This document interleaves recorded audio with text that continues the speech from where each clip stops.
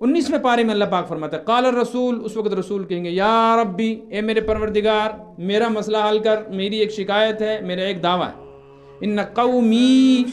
میری قوم نے، میری امت نے، اتخذوا هذا القرآن، یہ جو قرآن تو نے دے کر مجھے دنیا میں بھیجا تھا، اس قرآن کی وجہ سے میرے نواسے امام حسن زہر دے کر شہید کیے، میرے نواسے حضرت امام حسین گلا کاٹ کر شہید کیے، میرے گھر کی عورتوں کے دوپٹے چھینے گئے، حضرت زینب حضور صلی اللہ علیہ وسلم کی بیٹی ہیں، حمل کی حالت میں برچہ مار کر، تیر مار کر زخمی کیا اور وہ شہید ہو گئیں۔ اس قرآن کی وجہ سے حضرت نبی پاک صلی اللہ علیہ وسلم کو مکہ چھوڑنا پڑا، اسی قرآن کے لیے حضرت حمزہ کے جسم کے ٹکڑے ٹکڑے ہوئے، اسی قرآن کے لیے جنگ بدر اور جنگ احد میں صحابہ کرام شہید ہوئے، اسی قرآن کی وجہ سے حضور اکرم صلی اللہ علیہ وسلم کو 2 مہینے تک بھوک برداشت کرنی پڑی۔ یہی قرآن ہے جو اتنی مشقتوں کے ساتھ آسمان سے زمین پر مکہ میں اور مدینہ میں اترا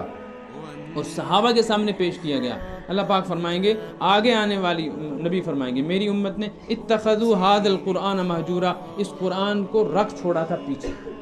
یہ نہیں کہیں گے کہ قرآن پاک کی بے ادبی کی، الیاذ باللہ پیر لگایا اس کے ساتھ، نہ میوٹ بہت کیے، مہجورا، لیکن نہ اس کو پڑھا، نہ اس کو سیکھا، نہ اس پہ عمل، یہ دعویٰ کریں تو کہیں گے پروردگار اب آپ فیصلہ کیجیے میرے۔ قرآن کہتا ہے اس وقت اللہ تعالیٰ فیصلہ فرمائیں گے کہ جو اس طرح کے لوگ ہیں جن نے قرآن کے ساتھ یہ ظلم کیا ہے ان کو یہی سزا دی جائے گی۔ جب وہ سزا سنی جائے گی، جب وہ سزا سنی جائے گی تو ایسے کریں گے سننے والے جن کے متعلق سزا۔ اب دیکھیں ہم نے کیا کیا، اللہ بچائے ہم نہ ہوں اس میں، اگر کیا ہے ہم نے یہ ظلم تو توبہ کر سکتے، جو چلے گئے ان کو توبہ کا موقع نہیں۔ آپ دیکھو جب کوئی اچانک حادثہ آتا ہے نا، لوگ ایسا کرتے ہیں ہائے کرتے ہیں نا، اچانک بات ہے، یہ ہائے کرنا ہوتا ہے افسوس کی نشانی، ہائے ہائے سمودہ، ہائے یہ حادثہ ہو گیا، ایکسیڈنٹ ہو گیا، ہائے ایسے کرتے ہیں۔ لیکن ہمارا حال یہ ہے کہ ہم ناخن اور یہ جگہ سخت جگہ دان میں پکڑتے کاٹتے نہیں ہے، کوئی کاٹتا بھی ہے ایسے کر کے چھوڑ دیتے، ذرا سا بھی دبانے کو کوئی تیار۔ قیامت کے دن کیا ہوگا، حفاتن عراتن، وہ ننگے ہوں گے نا سارے، کپڑے تو کسی نے پہنے نہیں ہوں گے۔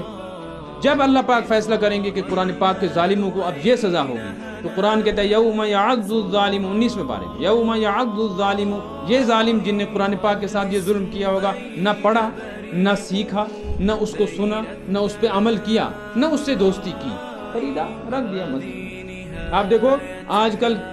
جو لڑکیاں جب شادی ہوتی ہے نا، لڑکیوں کو ماں باپ جہیز میں جو سامان دیتے ہیں، جانماز اور قرآن پاک بھی دیتے ہیں، یہ رواج بنا ہے اس دور میں۔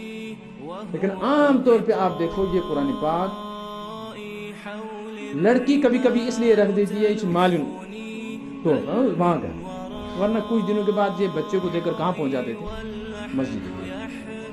یہ کام کا نہیں ہے، باقی سینڈل پینڈل چپل جوتے وہ کام کے ہیں، قرآن کہاں جائے گا جب اس کو پڑھایا ہی نہیں کبھی، یہ کیا پڑھے گی، گھر والا کیا پڑھے گا۔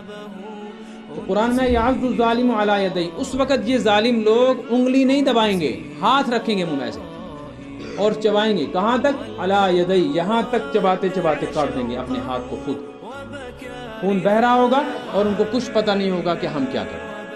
وَيَقُولُ يَا لَيْتَنِي اتَّخَذْتُ مَعَ الرَّسُولِ سَبِيلًا، کہیں گے ہائے افسوس آج تو مر گئے، اب تو نہیں بچ سکتے۔ نبی نے ہمارے متعلق قرآن پر ظلم کی شکایت کی ہے، کاش ہم نے اس وقت کچھ دوستی قرآن کے ساتھ نبی کے ساتھ کر لی ہوتی، آج مصیبت سے بچ۔ تو میرے بزرگ اور دوستو، اللہ کے سب سے زیادہ نزدیک کرنے والی چیز قرآن،